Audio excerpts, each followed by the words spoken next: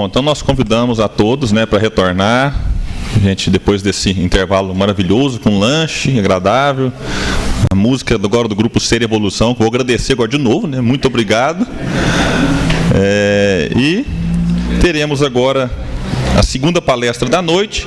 Lembrando a todos que quem quiser fazer alguma pergunta, a gente às vezes está aqui de pé, levanta aí a mão, pergunta, se dirige até o pessoal ali que anota, ou durante mesmo o debate, surgir alguma dúvida, pode ir fazendo, que a gente vai mediar aqui em seguida, né, o Perguntas e Respostas com a Eulália Bueno, o companheiro Manuel Prudêncio, que é quem eu convido, um grande companheiro, amigo da casa, está aqui conosco em vários momentos ao longo do ano, já participou conosco aí de alguns fóruns espíritas, né, Manuel, este ano, e é com grande alegria que a gente convida essa pessoa querida, que o Quincas e o Elton gostam tanto, né?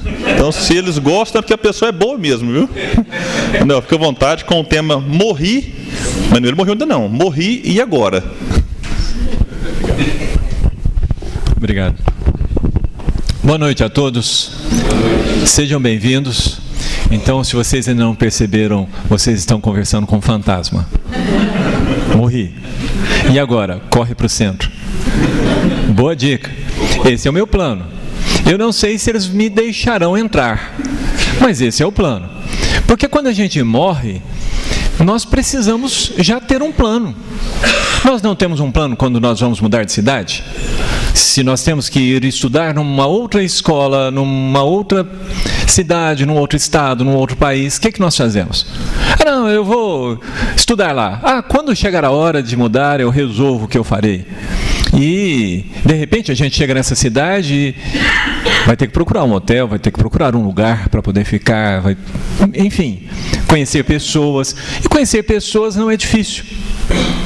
A questão é que numa cidade nova você não conhece a índole das pessoas. E vai acontecer conosco a mesma coisa no nosso desencarne. Então eu posso chegar de lá com um plano e nem sempre a realidade equivale ao plano. Mas pelo menos eu posso chegar lá com um plano. E o melhor plano de aposentadoria para o espírito é a 6 letrinhas, começa com K. Faltou letra, não faltou? Faltou? Hã? Caridade, gente. Não são 6, são 8. É um pouco mais de letra, mas é a mesma dedicação. E vale também para a palestra da Eulália, né? Nasci, e aí, caridade? Morri, e aí, caridade? Uai, não mudou nada? Essa é a surpresa. Não mudou nada. E os espíritos, o Emmanuel, com aquele jeitão dele, né? Eu imagino que quando nós encontrarmos o Emmanuel, vocês vão encontrar o Emmanuel, não vão?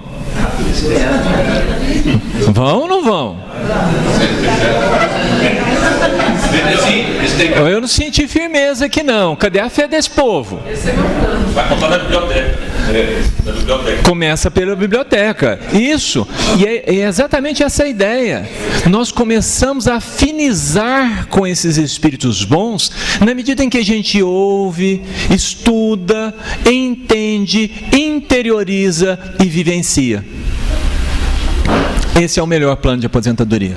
Então, quando nós nos encontrarmos com Emmanuel, nós entenderemos a introdução do livro Nosso Lar.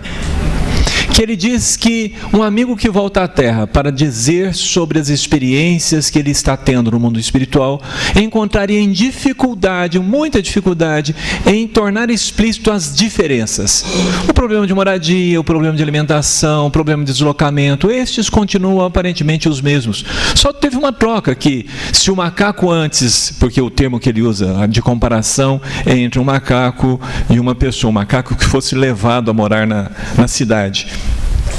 Bom, aqui a gente mora em caverna, mas lá eles moram do mesmo jeito, só que eles constroem a caverna deles. Aqui a gente deita num cantinho, a gente põe umas folhas para ficar macio, lá eles têm uma cama, mas é mais ou menos a mesma coisa.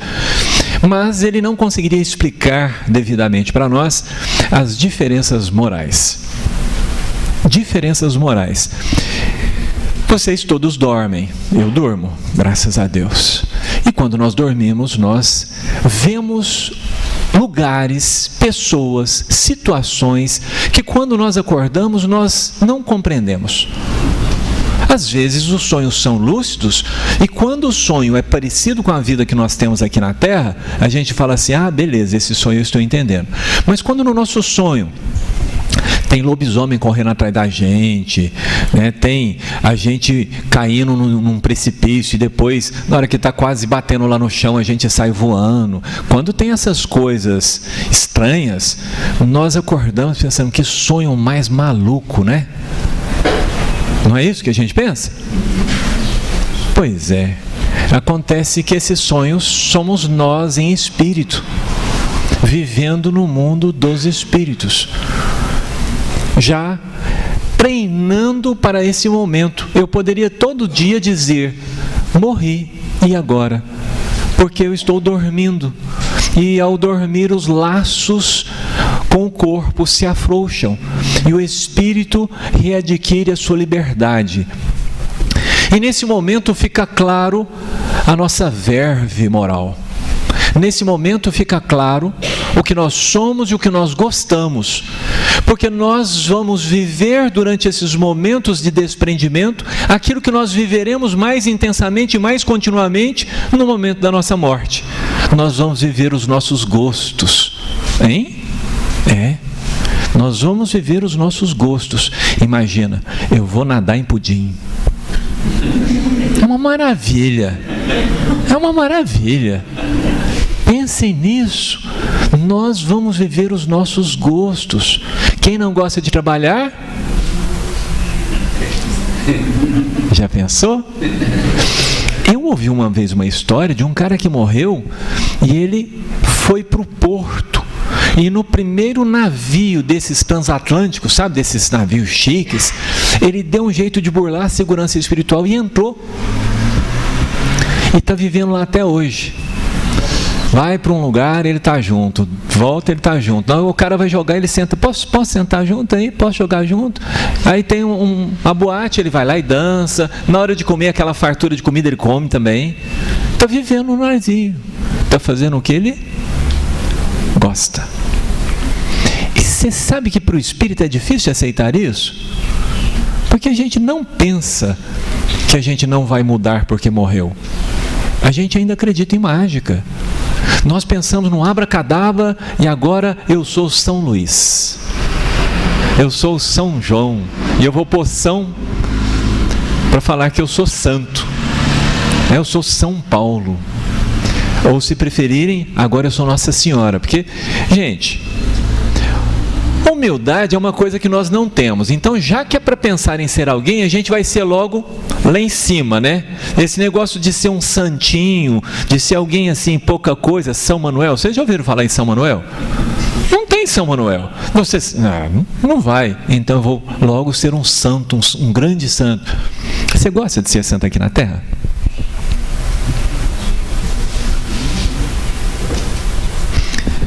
Lázaro morreu. Foi enterrado, sepultado. As irmãs chorando. E ele está lá no sepulcro. Onde vocês acham que Lázaro foi tendo seu corpo enterrado? Não pararam para pensar nisso, né? Mas onde ele foi? Onde Lázaro, amicíssimo de Jesus, iria?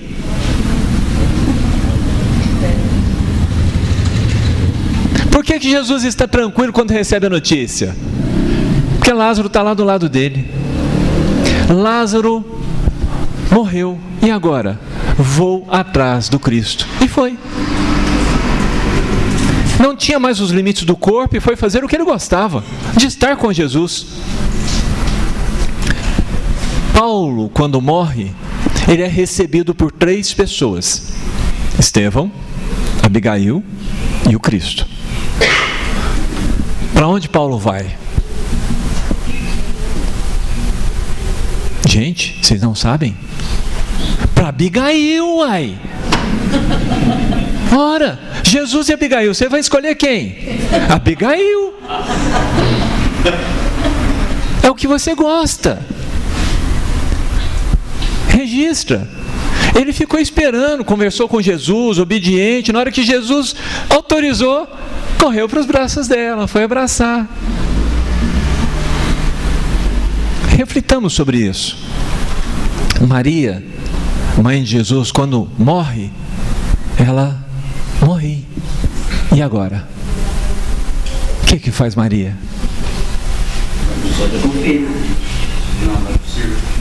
Ela vai visitar os cristãos que estão prestes a ser sacrificados para inspirar coragem para eles, para consolá-los.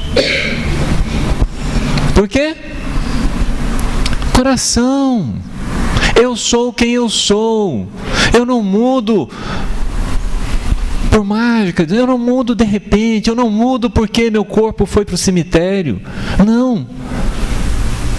Eu me apodero de mim mesmo. Eu conquisto uma liberdade, mesmo que essa liberdade seja boteco. Ah, mas tem tanta gente que morre e vai para o boteco. Mas é tanta gente. Manuel Filomeno Miranda tem uma narrativa.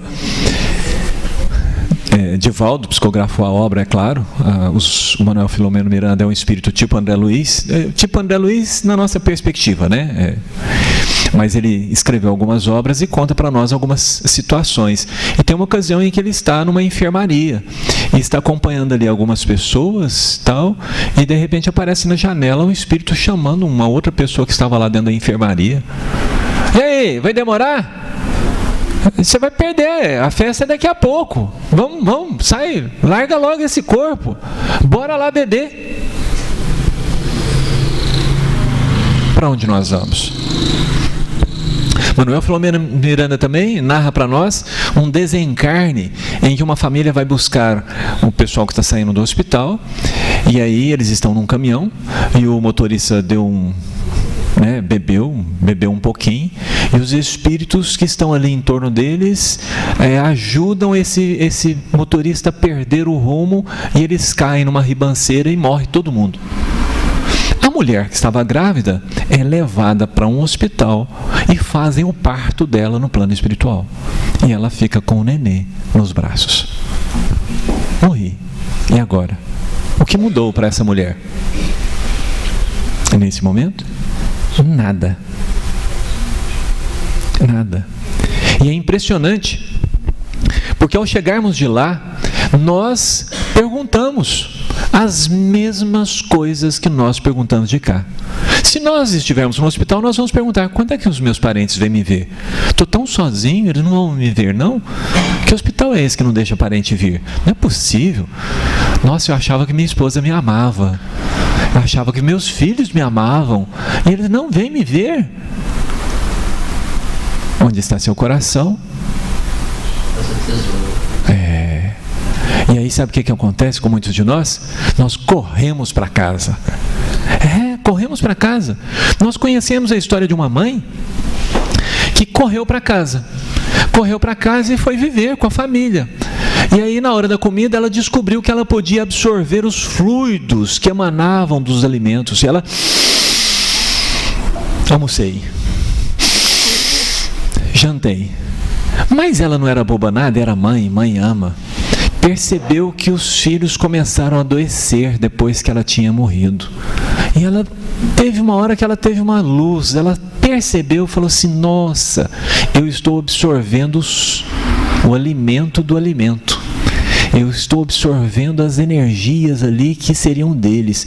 E ela saiu correndo dessa casa, apavorada consigo mesma, de estar produzindo esse mal para a família, só com a presença dela. Como se proteger de uma situação dessa? Como resolver esses problemas? Fazendo como Lázaro. E é por isso que eu comecei pelos bons. Nós espíritas, às vezes não estamos colocando a nossa fé na pessoa adequada, porque a gente tende a colocar a nossa fé em nós mesmos.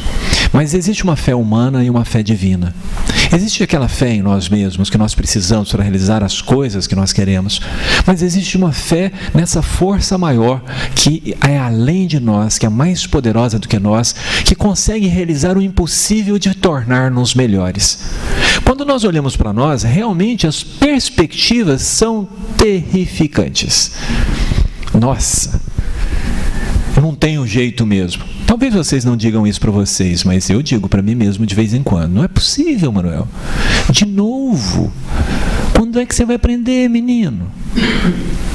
Mas os bons espíritos que não desistem de nós estão cuidando de nos amparar para que nós consigamos ser melhores.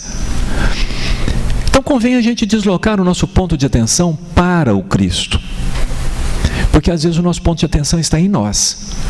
E nós não temos esse poder, não temos força, realmente não temos. Gente, imagine um menino na escola dizer para si mesmo: eu vou sozinho para a escola, eu vou cuidar da minha comida, eu vou fazer tudo, porque eu já sou grande. Não encaixa. Mas é o que a gente vive tentando fazer todo dia com relação à espiritualidade. Aceita a mão que eles estão entregando para vocês.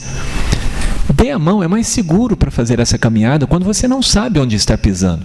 E nós não sabemos os caminhos da caridade. Porque os caminhos da caridade, eles são de uma harmonia assustadora. Nós estamos acostumados com o desequilíbrio, com a ação, com o movimento, com essas coisas pequenas, sabe? Intensas. E a caridade, ela é branda, ela é suave, ela é como o embalar numa rede, ela é como navegar num mar calmo, ela é tranquila. Vocês estão acostumados com isso? Imagina 10 dias dessa tranquilidade, dessa paz, dessa felicidade de ver a alegria do outro, dessa despreocupação total consigo mesmo, porque para ser caridoso é necessário ser-se humilde. Não existe caridade sem humildade, porque a caridade acompanhada do orgulho fere, ela machuca aquele que recebe. Então a caridade verdadeira, que a gente realmente não conhece os caminhos, eu estou falando aqui para vocês de teoria, eu não sei do que eu estou falando de verdade, são os bons espíritos, se Deus quiser, ou então seus obsessores, mas eu prefiro que sejam os bons espíritos. O que vocês preferem? Então, que sejam os bons espíritos que estão nos auxiliando a perceber isso. Eu preciso de ajuda para trilhar esses caminhos. E não importa se eu nasci ou se eu morri, porque o e agora é o que importa. E agora a resposta é a caridade. E a caridade é um caminho que nós não conhecemos, porque esse caminho pressupõe a humildade, nós não somos humildes. Então aquele que acha que é caridoso, por esse mesmo motivo, já sabe que não é, porque o orgulho está ali presente. Porque a caridade, quando ela acontece, você não sabe o que aconteceu, porque você deu de espontâneo, você deu do fundo da alma, seu coração transbordou. Você consegue fazer isso? Racionalmente? Conscientemente? Não. Eu sou muito racional, eu vivo me vigiando, eu escuto eu pensando, é coisa de doido mesmo, mas... Então, isso faz com que eu perceba intensamente essa coisa de sentimento, e normalmente só dá para saber depois que foi.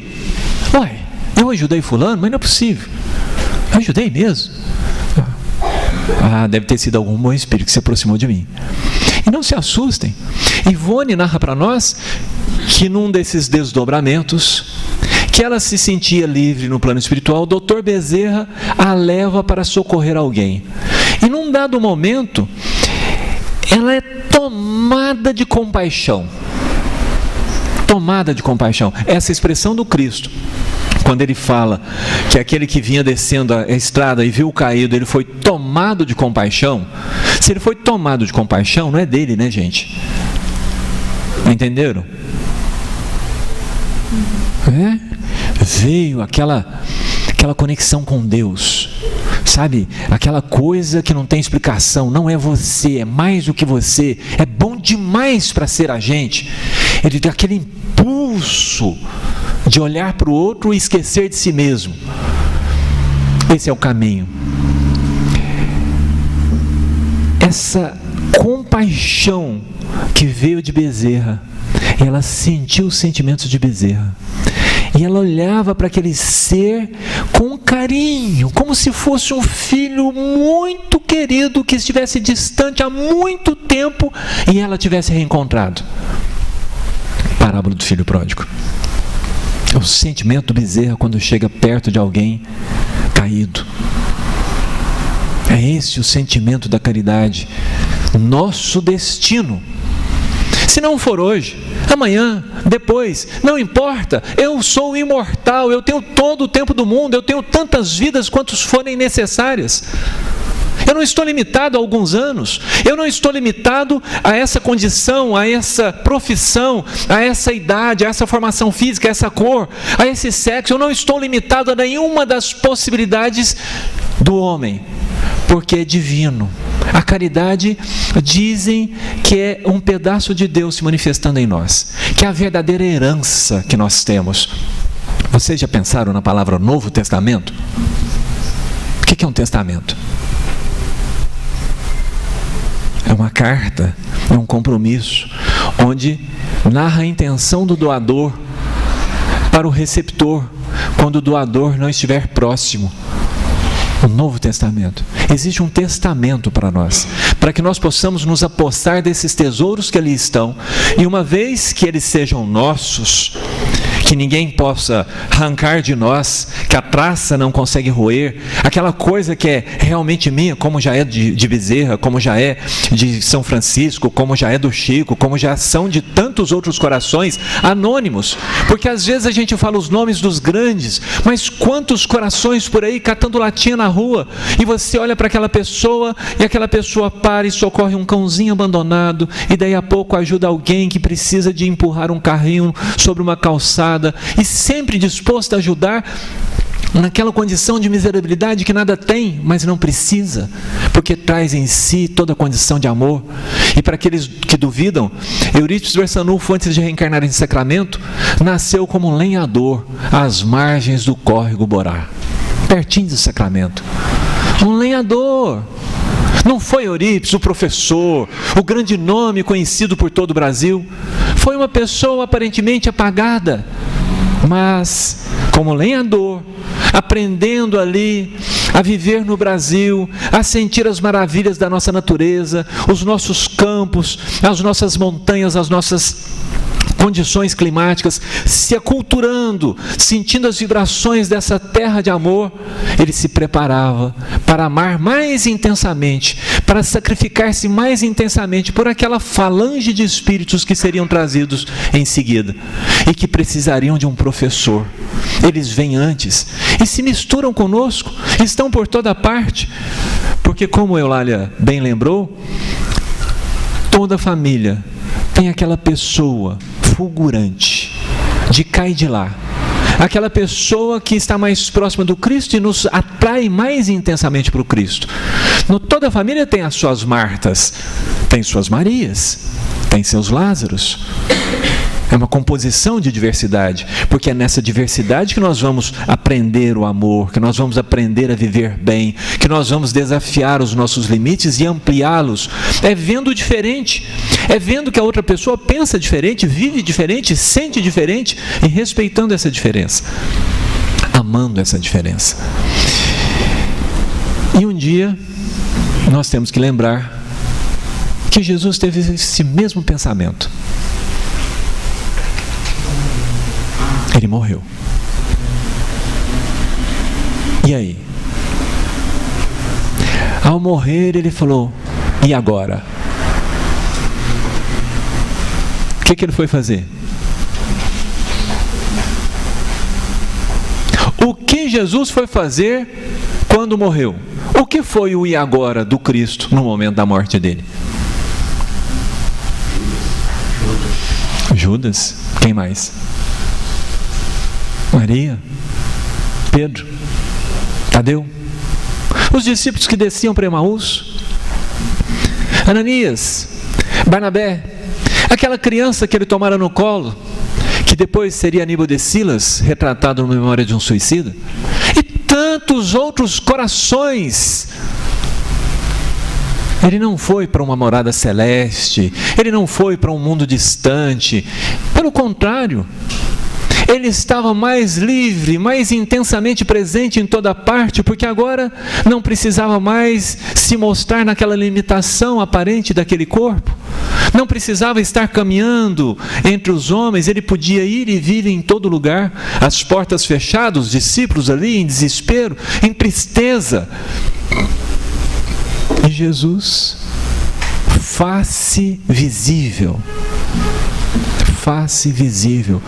Quantos corações amorosos, nossos amores, estão ao nosso lado e não estão visíveis, mas estão ao nosso lado. Muitos deles disfarçados, irreconhecíveis. Jesus desce com os discípulos ali na beira de Emaús e os discípulos conversam com ele horas. No entardecer adentram a pousada e ao partir do pão reconhecem o Mestre. O tempo todo com eles, irreconhecível. Porque nós ainda não temos olhos de ver a caridade, o amor, a bondade. Não temos. Os nossos olhos se fixam de preferência nas quedas, nas falências. Mas nós nascemos espíritas para redefinir esses conceitos em nós. Para que nós possamos, de agora em diante, olhar para o futuro luz. Para o futuro Cristo, porque o destino do homem, o Filho do homem, é o modelo e guia da humanidade, Jesus. Não mais os limites de um padre, ou de um sacerdote, ou de um palestrante espírita. Não mais os limites humanos, não mais o rei, o faraó, ou aquele guerreiro idolatrado, não mais o cantor, não. Agora o ilimitado, aquele que anda sobre as águas, aquele que multiplica os pães, aquele para os quais as doenças não existem, aquele que a morte, a grande vilã, a grande incógnita é derrotada, aquele para quem apenas existe a vida e vida em abundância, contínua, infinita. É para ele que nós devemos olhar sempre, em qualquer momento que nós estivermos em dúvida, em qualquer momento que nós perguntarmos, e agora? A resposta sempre deve soar clara, nítida no nosso coração. E agora? Jesus. Sempre Jesus. Sempre o Mestre Galileu. É a humildade, é a simplicidade, é o dedicar-se ao semelhante, é o amor incondicional, é o perdão 70, 700, quantas vezes, infinitas vezes.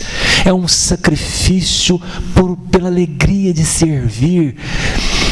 É dar a vida pelo seu amigo, é dar a vida, não a morte, é dar a vida infinita. Quando nós morremos, o corpo vai realmente se decompor e voltar à natureza, porque na natureza nada se perde, nada se cria. Tudo se transforma. O corpo volta, os átomos vão compor outros corpos, vão participar de outras aventuras, vão ser dirigidos por outras inteligências. Mas a nossa essência, aquilo que organiza a matéria, aquilo que é a essência da vida, aquilo que está além, que produz o movimento, a inteligência, essa inteligência que somos nós, ela é imortal. Ela jamais cessa. Nós não conseguimos parar de pensar. Tentem parar de pensar. Tem gente que fala assim, eu medito, eu consigo ficar sem pensar. Eu não sei o que você está fazendo exatamente não. Mas se você sabe que você passou um tempo sem pensar, o que você está fazendo? Você está pensando. Não, é porque eu esvaziei a minha mente. E você colocou as coisas que estavam dentro dela onde? Jogou fora? Ou guardou num cantinho dela? Então você esvaziou o cômodo, você dividiu sua mente em dois e pôs as coisas tudo no cantinho de cá?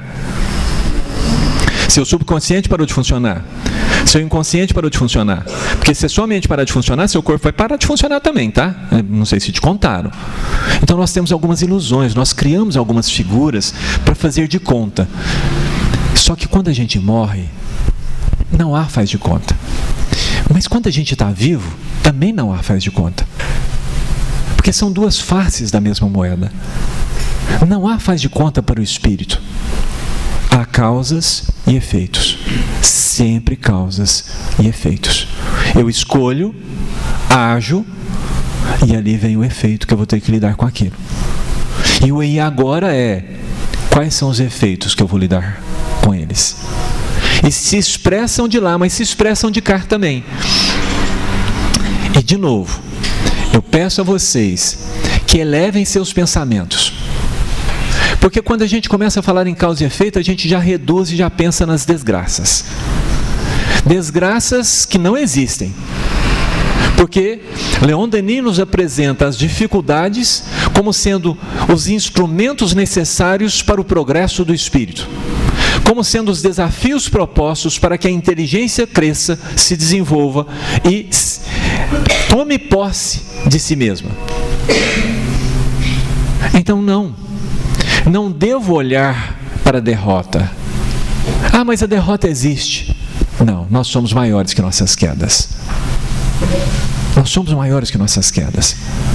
Nós subestimamos o fato de sermos a imagem e semelhança de Deus. Não é Deus que é a nossa imagem e semelhança. Nós somos a imagem e semelhança dele. Nós estamos indo para ele. Nós estamos sendo feitos. Então, o que há para nós no futuro? Só pode ser melhor do que foi ontem. Então, meus amigos, não há por que temer nem a morte, nem a vida. Não há por que temer os desafios, porque o temor não afastará esses mesmos desafios. Não há por que temer a solidão, porque para o espírito que se enche de caridade, solidão não há. Não há que temer o abandono, porque somos nós os atores, somos nós que iniciamos as relações. Não há que temer nada, nem sequer a separação. Nem sequer a separação. Porque Lázaro, que estava antes com Cristo, e naquele período pequeno que ele passou enterrado, ele esteve com Cristo. Quando ele volta e o Cristo vai, ele permanece com Cristo. E Pedro, que sentiu em vida o remorso, a queda, reconheceu suas fraquezas, nós vamos encontrá-lo também desencarnado, visitando a obra de Ismael em Belo Horizonte. Narra Humberto de Campos, que, por um acaso, estava passeando numa praça de Belo Horizonte, quando viu aquele vulto passando por ali, aquelas vestimentas, aquele vestidão, e ele olhou e falou: esse cara não é brasileiro não, esse cara é de fora. E olhando assim, falou assim: será? Você não é daquele tempo antigo lá? Sou sim. Ah, tá. Você é do tempo do Cristo? Sou. Você conheceu o Pedro? Conheci, sou eu. É eu mesmo. Ah, você está brincando? Não, sou eu mesmo. O que você está fazendo aqui? Você veio pelo congresso que está tendo de padre aqui? Não, eu passei por lá, achei interessante, bacana o esforço do pessoal. Eu estou indo ali numa cidadezinha, tem um rapazinho ali que está revivendo o cristianismo. Revivendo o cristianismo. Revivendo o cristianismo. No corpo ou fora do corpo. É a nossa missão. E não se diga incapaz. Abrace-a. Aceite-a. É sua missão, é sua tarefa. Para de achar que você não dá conta. Você foi preparado para isso. Você foi preparado para viver e viver bem, sair vitorioso daqui. Espíritos de uma mentalidade, de uma genialidade, prepararam seu corpo, sua vida, fizeram lá os planos. E mais, não te jogaram e te deixaram sozinhos. Eles vêm e no momento da prova eles estão do teu lado. Sempre. Sempre. Nós não estamos sozinhos em nenhuma ocasião. E quando renascemos, por pior que nós sejamos, por pior que seja a nossa prova, mesmo que a gente tenha que participar do desencarne da nossa mãe, mesmo que nós tenhamos que ser jogados numa lata de lixo, mesmo que nós tenhamos que ser abandonados num muro ou num esgoto, mesmo que exista uma situação dessa, nós tivemos uma mãe que nos acalentou durante 9 meses. Nós tivemos espíritos maravilhosos protegendo essa mãe, nos amparando para que nós pudéssemos nascer. Nós tivemos esses espíritos maravilhosos que, mesmo que tenhamos ido para uma cadeia porque nós perdemos o nosso rumo, mesmo que nós estejamos lá planejando coisas horrorosas, existem espíritos bondosos que estão trabalhando para a nossa melhora, que estão nos inspirando para que nós sigamos o modelo. Estão preparando situações para que nós conheçamos o Cristo. Estão nos conduzindo pelos caminhos obscuros da caridade.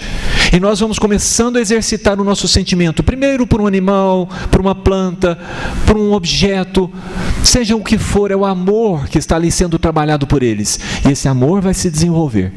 E um dia, nós poderemos estar numa cidade onde uma peste se instale e um padre chamado Germano, precisando de um companheiro para socorrer os aflitos, ele escolhe exatamente a nós, na nossa nulidade, na nossa pouca valia, somos nada, mas ele se aproxima e nos faz sermos gigantes do bem, e usa das nossas mãos, da nossa voz, da nossa disposição, do nosso espírito, da nossa potência divina, para manifestar a luz deles. Criminosos não serão criminosos eternamente. Suicidas não serão suicidas eternamente. Ninguém será eternamente, porque nós estamos em transformação. Nós estamos sendo cultivados. Os Espíritos dizem que nós estamos sendo lapidados como diamantes para refletir a luz gloriosa de Deus. Que a paz do Cristo nos envolva a todos.